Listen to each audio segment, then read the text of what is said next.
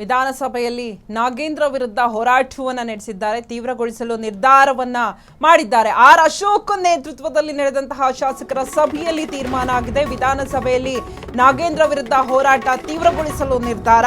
R Ashok ನೇತೃತ್ವದಲ್ಲಿ ನಡೆದಂತಹ ಶಾಸಕರ ಸಭೆಯಲ್ಲಿ ತೀರ್ಮಾನ.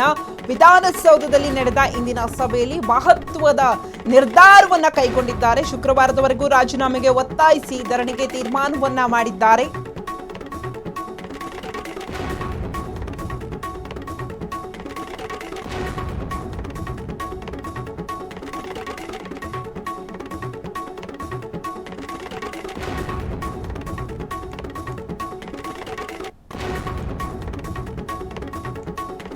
ಧರಣಿಗೆ ತೀರ್ಮಾನ ಮಾಡಿದ್ದು ಸೋಮವಾರ ಬಳಿಕ ಏನು ಮಾಡಬೇಕು ಅಂತ ಮತ್ತೊಮ್ಮೆ ಸಭೆಯನ್ನ ನಡೆಸ್ತಾರೆ. ಸೊ ಆರ್ ಅಶೋಕ್ ನೇತೃತ್ವದಲ್ಲಿ ರಾಜೀನಾಮೆಗೆ ಪಟ್ಟನ್ನ ಹಿಡಿದು ಶುಕ್ರವಾರದವರೆಗೆ ಧರಣಿ ಕೂರೋಣ ಅಂತ ಹೇಳಿ ತೀರ್ಮಾನವನ್ನ ಮಾಡಿದ್ದಾರೆ. ಹಾಗೆ ಆರ್ ಅಶೋಕ್ ಅವರು ಕೂಡ ಮಾತನಾಡಿದ್ದಾರೆ. ಏನ್ ಮಾತನಾಡಿದ್ದಾರೆ ನೀವೇ ನೋಡಿ. ಕಾಂಗ್ರೆಸ್ ಅವರು ಒಂದು 100 ಜನದ ಮೇಲೆ ಎಫ್ಐಆರ್ ಇತ್ತು, ಅವ್ರ ಮೇಲೆ ತನಿಖೆ ಆಗ್ತಾ ಇತ್ತು. ಸಿಬಿಐ ಇತ್ತು, ಇಡಿ ಇತ್ತು, ಲೋಕಾಯುಕ್ತ ಇತ್ತು. ಹೆಂಗೆ ಈಶ್ವರಪ್ಪಂದು ನೀವು ರಾಜೀನಾಮೆ ತಗೊಂಡ್ರಿ? ಹೆಂಗ್ ತಗೊಂಡ್ರಿ ಹೇಳಿ? ಈಶ್ವರಪ್ಪ ಏನೋ ಚೆಕ್ಕಲ್ಲಿ ತಗೊಂಡಿದ್ನ ಅಕೌಂಟ್ ಅಲ್ಲಿ? ನೀವು ಚೆಕ್ಕಲ್ಲಿ ತಗೊಂಡಿದ್ದೀರಲ್ಲ, ಡೈರೆಕ್ಟ್ ಆಗಿ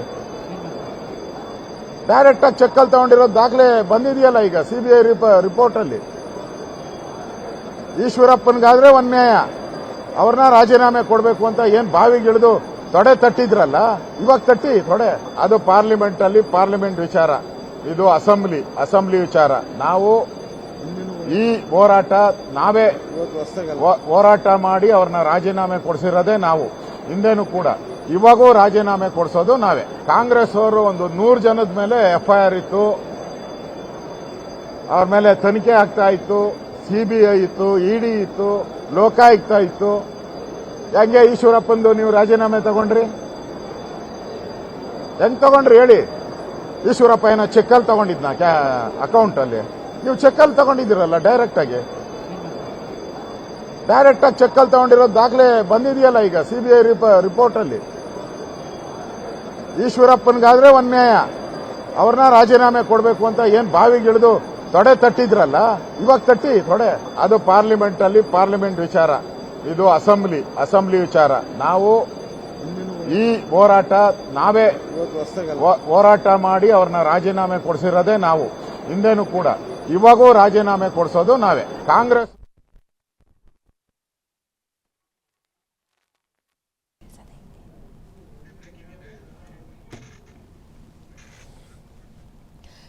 ಬಿ ನಾಗೇಂದ್ರ ಅವರ ರಾಜೀನಾಮೆಗೆ ಬಿಜೆಪಿಯವರು ಪಟ್ಟನ್ನ ಹಿಡಿದಿದ್ದಾರೆ.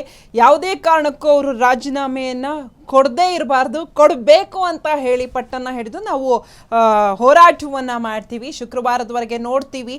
ಇವತ್ತು ಸಭೆ ನಡೆದಿದೆ. ಸಭೆಯಲ್ಲಿ ಆರ್ ಅಶೋಕ್ ಅವರು ತೀರ್ಮಾನವನ್ನ ಮಾಡಿದ್ದಾರೆ. ರಾಜೀನಾಮೆಗೆ ಒತ್ತಾಯಿಸಿ ಧರಣಿಗೆ ತೀರ್ಮಾನವನ್ನ ಮಾಡಿದ್ದಾರೆ. ಸೊ ತೀರ್ಮಾನ ಮಾಡಿ ನಾವು ಶುಕ್ರವಾರದವರೆಗೆ ಧರಣಿಯನ್ನ ಮಾಡ್ತೀವಿ.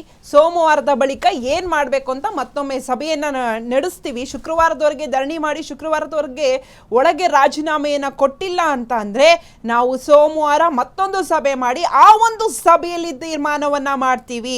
ಹಾಗೇನೆ ಈ ಹಿಂದೆ ಈಶ್ವರಪ್ಪನವರು ಕೂಡ ಮಾಡಿದ್ರು, ಅವರಿಗೆ ಪಟ್ಟನ್ನ ಹಿಡಿದು ರಾಜೀನಾಮೆಯನ್ನ ಕೊಡಿಸಿದ್ರು. ಆದರೆ ನಾಗೇಂದ್ರ ಅವರು ಇಷ್ಟೊಂದು ಲೂಟಿ ಮಾಡಿದ್ರು, ಯಾಕೆ ರಾಜೀನಾಮೆಯನ್ನ ಕೊಡ್ತಿಲ್ಲ ಅಂತ ಹೇಳಿ ಇವತ್ತು ವಿಧಾನಸೌಧದಲ್ಲಿ ನಡೆದಂತಹ ಸಭೆಯಲ್ಲಿ ಆರ್ ಅಶೋಕ್ ಅವರು ಗುಡುಗಿದ್ದಾರೆ.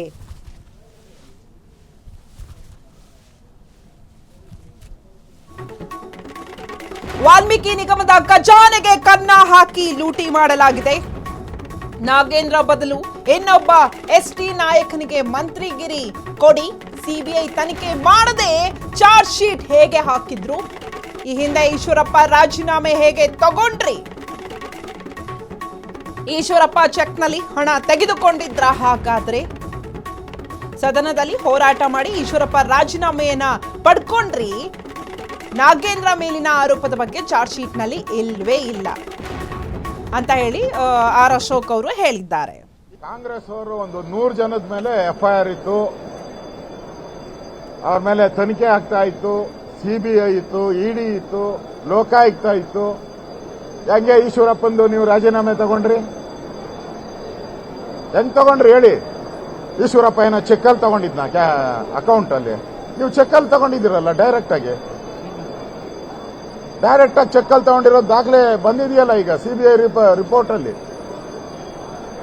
ಈಶ್ವರಪ್ಪನ್ಗಾದ್ರೆ ಒಂದ್ ನ್ಯಾಯ, ಅವ್ರನ್ನ ರಾಜೀನಾಮೆ ಕೊಡಬೇಕು ಅಂತ ಏನ್ ಬಾವಿಗೆ ಇಳಿದು ತೊಡೆ ತಟ್ಟಿದ್ರಲ್ಲ, ಇವಾಗ ತಟ್ಟಿ ತೊಡೆ. ಅದು ಪಾರ್ಲಿಮೆಂಟ್ ವಿಚಾರ, ಇದು ಅಸೆಂಬ್ಲಿ ವಿಚಾರ. ನಾವು ಈ ನಾವೇ ಹೋರಾಟ ಮಾಡಿ ಅವ್ರನ್ನ ರಾಜೀನಾಮೆ ಕೊಡಿಸಿರೋದೇ ನಾವು, ಹಿಂದೇನು ಕೂಡ. ಇವಾಗೂ ರಾಜೀನಾಮೆ ಕೊಡಿಸೋದು ನಾವೇ. ಕಾಂಗ್ರೆಸ್ ಅವರು ಒಂದು